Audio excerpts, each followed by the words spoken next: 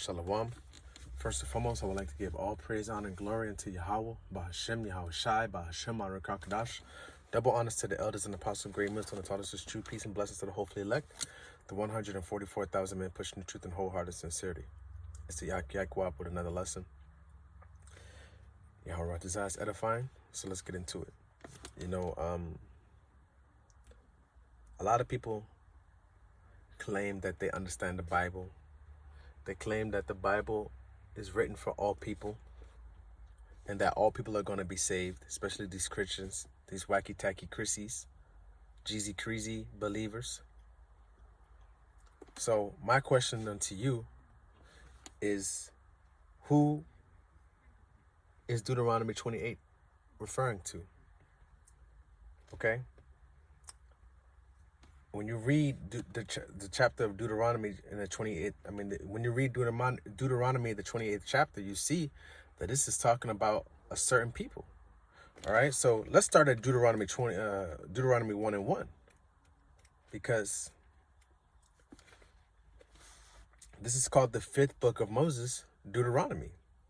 Okay, Deuteronomy chapter 1 and verse 1. These be the words which Moses spake unto all Israel on this side of Jordan in the wilderness, and the plain over against the Red Sea, between Paran and Tophel and Laban and Hazeroth and Dizahab. Okay? So these be the words that Moses spoke unto all Israel. So there you have an understanding that the book of Deuteronomy is talking to the children of Israel, the 12 tribes, and pursuing to the Negroes, Latinos, and Native Americans. Not everyone in the world, just to the children of Israel. Okay. At the top of the page on my sword, it says what? Can you see that? The blessings for obedience. Okay, so if we listened, this is the blessings. And it shall come to pass, Deuteronomy 28 and 1. And it shall come to pass, if thou shalt hearken diligently unto the voice of the Lord thy God, to observe and to do all his commandments which I command thee this day, that the Lord thy God will set thee on high above all nations of the earth. Are the children of Israel placed on high above all nations of the earth? The Negroes, Latinos, and Native Americans? No, they are not. So this should show you that the Lord is talking to the children of Israel. They are not on the top and above all nations. Why? Because we didn't hearken unto the words and the commandments that the Lord gave us. We didn't listen unto Moses when he gave us these words. Right? So he goes through 1 through 15, saying blessings that would happen unto Israel if we listened. Okay, but at chapter 15, he says, but it shall come to pass, if thou wilt not hearken unto the voice of the Lord thy God, to observe and to do all his commandments and his statutes which I command thee this day, that all these curses shall come upon thee and overtake thee. So let's see what a curse is. Let's look at the word curse. So like it. I have my phone under there, so it's acting a little wacky right now. Let's see what the word curse means. All right, this is etymology online. Okay.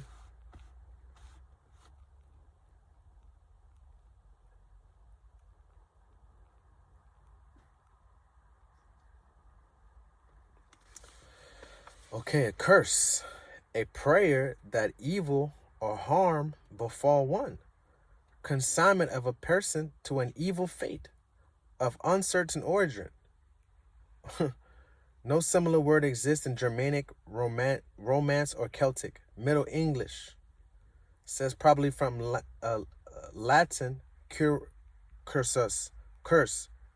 In the Christian sense, set of daily liturgical prayers extended to set of imprecations, as in the sentence of the great curse. Okay?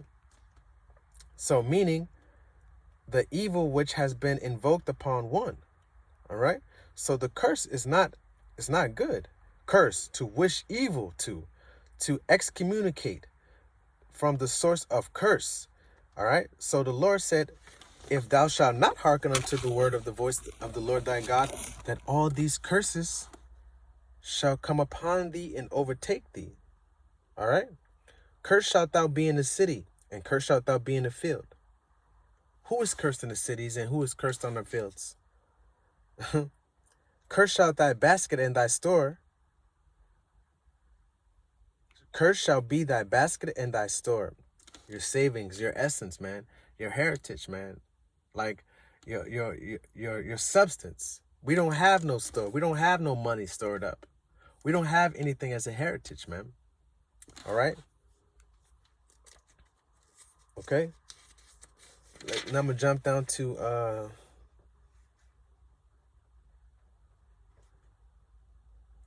29. Deuteronomy 28 and 29. And thou shalt grope at noonday, as the blind gropeth in darkness. And thou shalt not prosper in thy ways, and thou shalt be only oppressed and spoiled evermore, and no man shall save thee.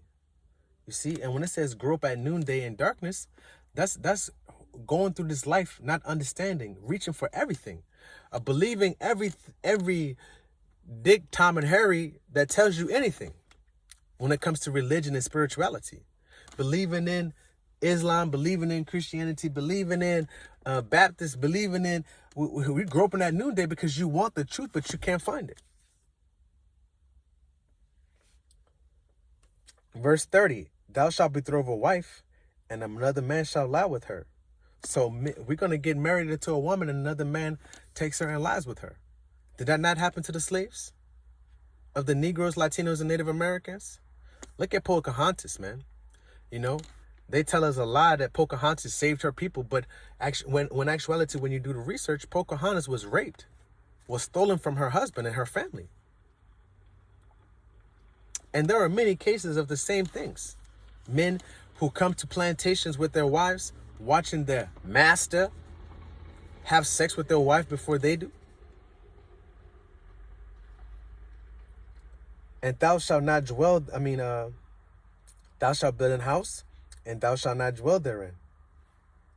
Did not the slaves build the White House and all of these plantation houses?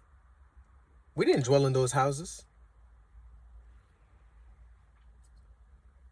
Thou shalt plant a vineyard, and thou shalt not gather the grapes thereof. You see, we planted many vineyards and didn't even enjoy the fruit of our labor. Okay. Verse 32, thy sons and thy daughters shall be given unto another people, and thine eyes shall look and fail with longing for them all day long, and there shall be no might in thy hand. Who did this happen to? Who had their children taken from them in front of their face and not be able to do anything? The slaves of the Negroes and Latinos and Native Americans during the transatlantic slave trade. These things happen to only one nation of people upon the earth: the Negroes, Latinos, and Native Americans. Okay? Let's jump down to 36. And the Lord shall bring thee and thy king, which thou shalt set over thee, unto a nation which neither thou nor thy fathers have known. And there thou shalt serve other gods, wood and stone. We've served other gods with this Christianity belief, and Islam with the stone, the Kabbal stone, and the wood, the cross, Christianity, Catholicism.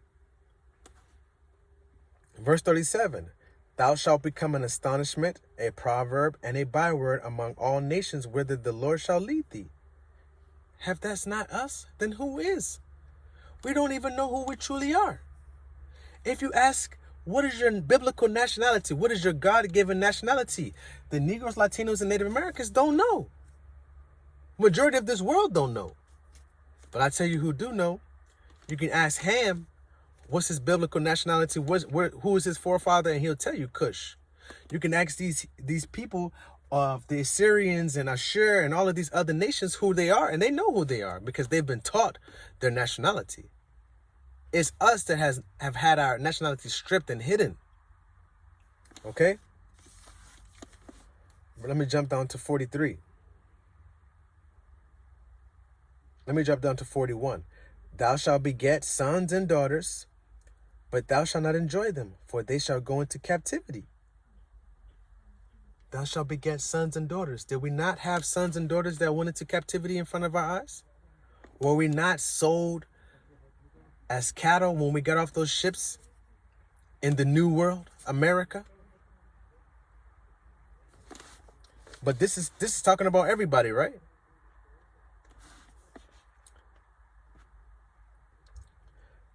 Verse 43, the stranger that's within thee shall get up above thee very high, and thou shalt come down very low. Because we were living amongst these heathen nations, okay? And then we started to follow after these heathen nations. So now the Lord said what? Verse 44, he shall lend to thee, and thou shalt not lend to him. He shall be the head, and thou shalt be the tail. You see, do we lend into the white people? Do we have banks and money that we can just lend onto these Edomites and these heathen nations? The Negroes, Latinos, and Native Americans? No, we do not. We don't have nothing in this life. No heritage, no source of who we truly are in this kingdom. Because why? Because we have had it taken from us by the Lord. We have had it taken from us by the Lord, Yahweh Bashem Yahweh Shai, because we did not hearken unto the word. In this one chapter, it completely tells you and describes to you who the Lord is talking to. Verse 45, moreover, all these curses shall come upon thee and shall pursue thee and overtake thee till thou be destroyed. Because why? Because thou hearkenest not unto the voice of the Lord thy God, to keep his commandments and his statutes which I command thee, which he commanded thee. Verse 46, and they shall be upon thee for a sign and for a wonder, and upon thy seed forever. What's a sign and a wonder? When you look at a sign, it notifies something. It notifies where you're going. So if you see a stop sign, you know, right here, stop. If you see the sign that says it's 30, the speed limit is 30, then you know in this area, the speed limit is 30. When you see that sign that says with those lines, you say that you can go as fast as you want. A sign. These curses are a sign unto us and to these heathen nations to describe, to see who the Lord is talking to.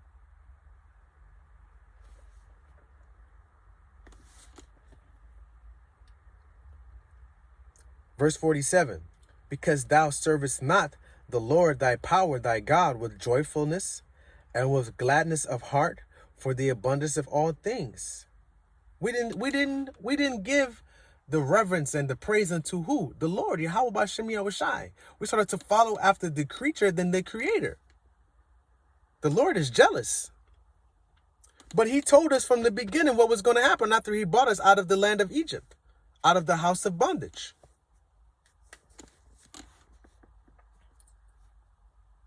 Verse 48, therefore shalt thou serve thine enemies, which the Lord shall send against thee in hunger and in thirst and in nakedness and in want of all things. And he shall put a yoke of iron upon thy neck until he has destroyed thee.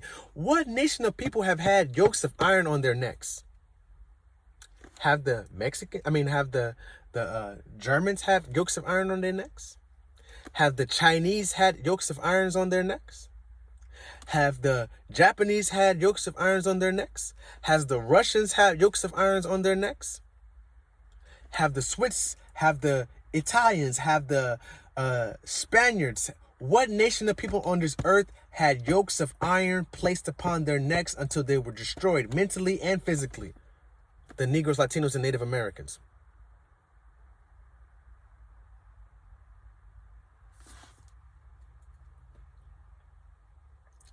Verse 49, the Lord shall bring a nation against thee from far, from the end of the earth, as swift as the eagle flieth, a nation whose tongue thou shalt not understand. The Lord has given us clues into who he's going to use to do these things unto us with.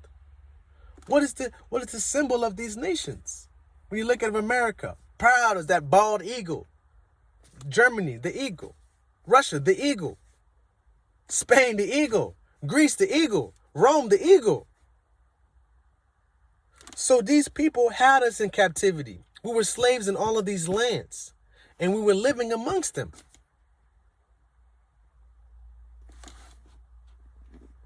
A nation of fierce countenance, which shall not regard the person of old, nor show favor to the young. Okay? You see? Go down to verse 54. So that the man that is tender among you and very delicate, his eye shall be toward evil toward his brother. That's why you see, Salaki, excuse me. Sorry.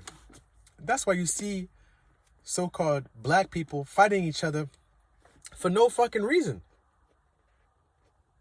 If you just look at a black person walking down the street, if you're a so-called black person and you're looking at another black person, they're ready to beat the shit out of you, man. They're ready to shoot you for nothing, just looking at them. But let Edomites walk by. They didn't even, yes, sir. Okay, sir. They don't say shit to them, man. Keep it moving. But when Jake, we about to fight on the spot. Why? Because it's a curse that the Lord said, his eye shall be evil toward his brother, and toward the wife of his bosom, and toward the remnant of his children, which he shall leave. You see, what's the stereotype of a black man? That he can't take care of his children. You see? Verse 56. This is talking about the woman. The woman, the tender and delicate woman among you, which would not adventure to set her sole of her foot upon the ground, for delicateness and tenderness, her eye shall be evil toward her husband, toward the husband of her bosom, and toward her son, and toward her daughter, and toward the young one that cometh out from between her feet, and toward her children which she shall bear. For she shall eat them for want of all things secretly in the siege and the straitness, wherewith thine enemy shall distress thee in thy gates. You see? So these women, they hate black men. Our women hate us. They can't dwell and live with us. Why? Because it's a curse. The Lord has put these curses on us. The woman will use the children to feed and to get the money out of the man that she wants. Saying that she need money to take care of your child, but then she got new hair, new nails, new jewelry, car with new tires and new dresses, Gucci bag, Prada pen, everything, man.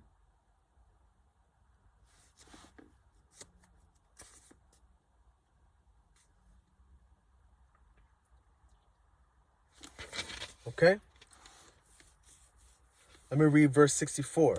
Because you can read Deuteronomy 28, man. The 28th chapter, it's a very humbling experience to see how the Lord has put these things on us. Verse 64, and the Lord shall scatter thee among all people, from one end of the earth even unto the other. And there thou shalt serve other gods, neither thou nor thy fathers have known wood and stone. You see? And among these nations, verse 65, and among these nations thou shalt find no ease, neither shall the sole of thy foot have rest. But the Lord shall give thee a trembling heart, and failing of eyes, and sorrowful of mind. Verse 66, and thy life shall hang in doubt before thee, and thou shalt fear day and night, and thou shalt have none assurance of thy life. This is talking about when we were in captivity, and still to this day, man. Driving around in America, that's what when you, especially at night, you fear for your life, especially when it comes to these police, man.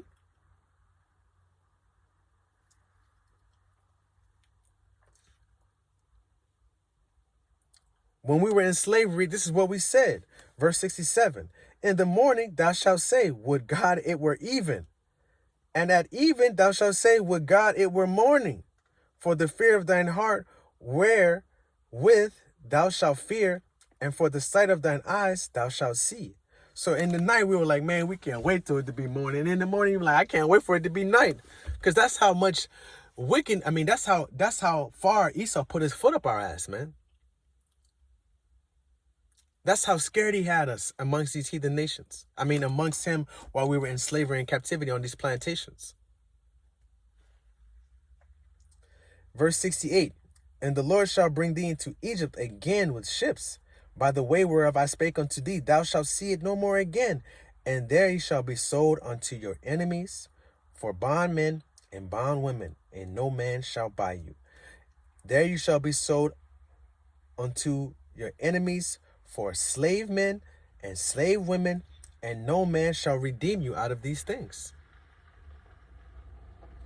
So the book of Deuteronomy is talking about the nation of Israel, the 12 tribes of Israel that have gone through these curses and are still cursed unto this day. So if the Lord is only talking about Israel and the curses, he's only talking about Israel and the salvation.